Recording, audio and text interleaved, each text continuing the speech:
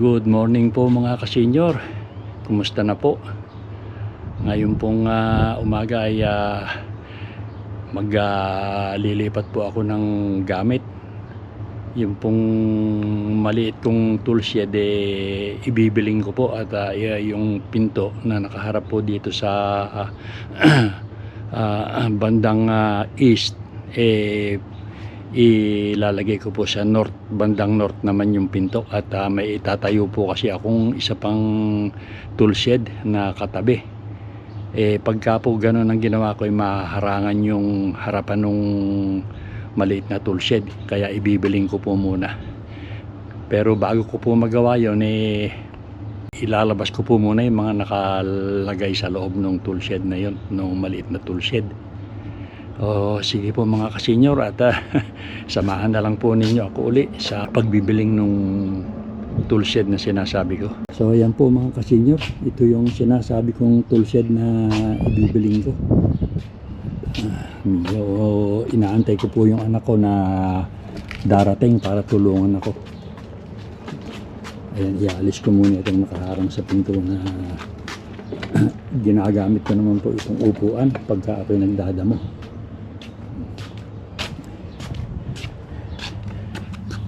Ayan.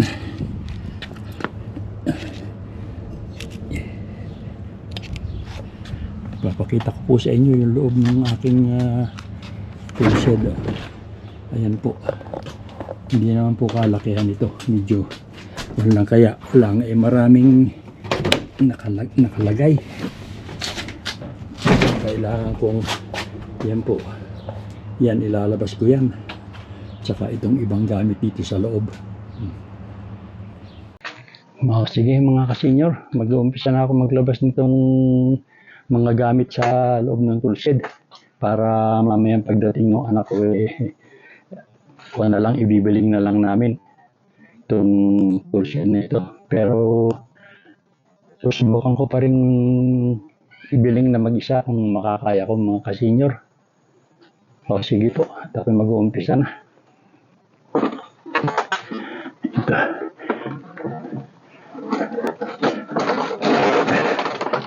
So, ito yung ginamit ko nung yung paglalagay nung pangsangga sa hail. Medyo marami-rami rin po akong nailagay ditong mga gamit kaya ilalabas ko muna ng isa-isa. Hindi ko alam kung ano mga itong mga nakalagay na ito.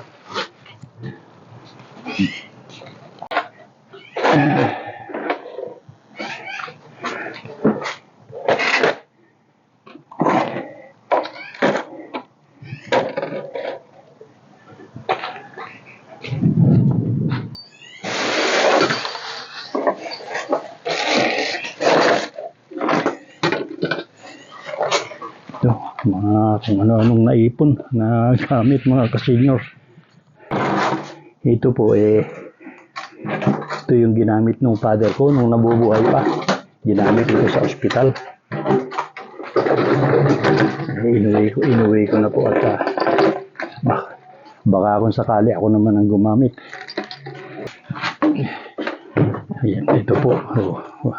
Dalawang klaseng blower ito. Isang di makina at saka ito po yung di kuryente. Akalain nyo sa paunti-unti karami ko palang naipong mga taponin dito. Dapat nang itapon.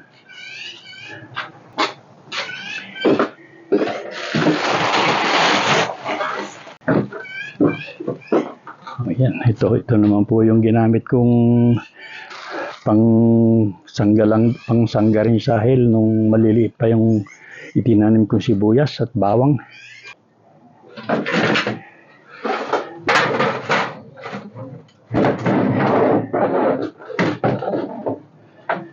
Yung iba naman ito mga kasenyor, ito gamit ko pa sa trabaho nung ako'y nagtatrabaho pa. Ito naman pong ito po may diferensya ito. Itong snow blower na snow thrower na ito.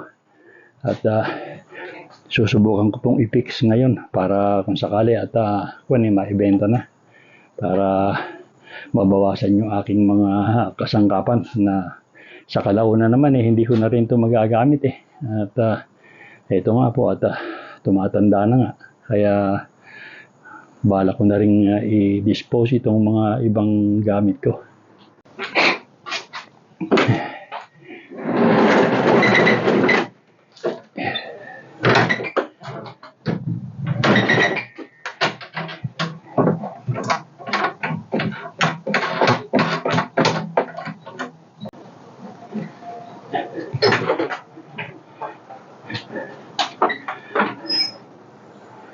Ito pong inilalabas kong to snow thrower din ito na mahinang klase, yung maliit lang ito. Matagal ko na rin po itong hindi ginagamit kaya palagay ko bago ko paandarin ito kailangan palitan ng gasolina.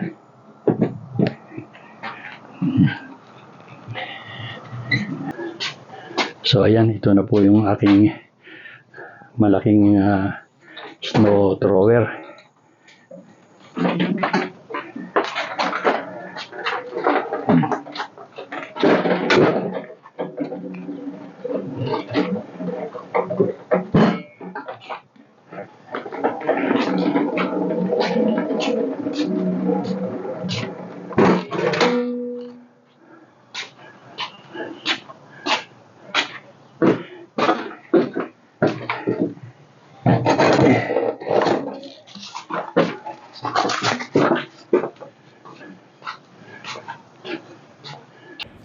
So ayan po mga kasenyor, nailabas ko na yung laman ng maliit na tool shed. Ayan po yung mga laman, dalawang snow thrower, ayan yung kwan, tsaka dalawang blower. Ayan, ngayon po lilinisin ko ito dahil tumapon po yung kwan, tumulo po yung langis. Ayan dyan sa lugar na yan, sasabunin ko po muna bago ko ibiling para matanggal yung langis at baka po sa kalaunan sirain din itong tumapon na langis itong pinaka-flooring. O sige po, at ako mag-aalis ng balanggot at mainit na rin. So ito po yung pang aalis ko, sasabunin ko muna. Ito po yung gagamitin ko at mas mainam po itong detergent kesa sa soap na panglini, yung pang-urong. Baka sakali pong mabawasan yung tumapon dito. So ayan po, nasabong ko na at na-iskoba ko na rin. Yung lalampong walis na ikinang-iskoba ko. Ayan po, pakalisin ko na lang yung sabon at pwede na siguro ito.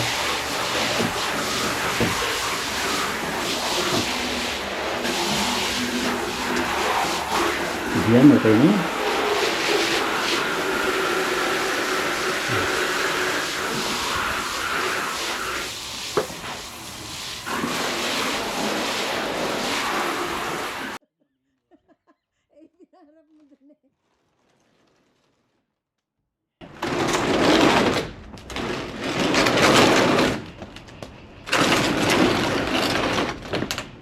Malinis kaya muna ito. Oo. Tingnan mo ito.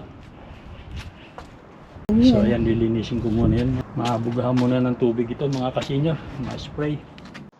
Sige mga kasenyor, lilinisin ko muna itong paglalagyan ng kwan.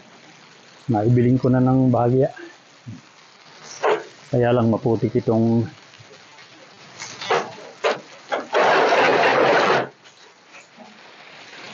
madamo na kaya muna yan para mabago naman ng konti. Kasi hindi po magkakasya pagka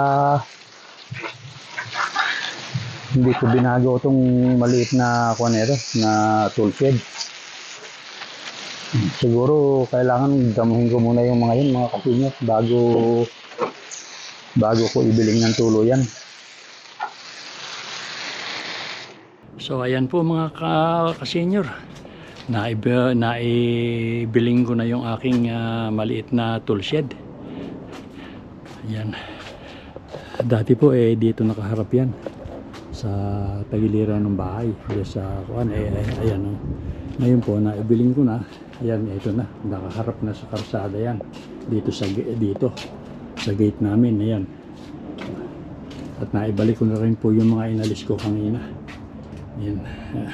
So ito pong blower na ito, gagawin ko ito pagka nagkaroon ako ng oras o panahon para i-fix siya. Dahil ginawa ko na po yan nung nakaraan, nung last year.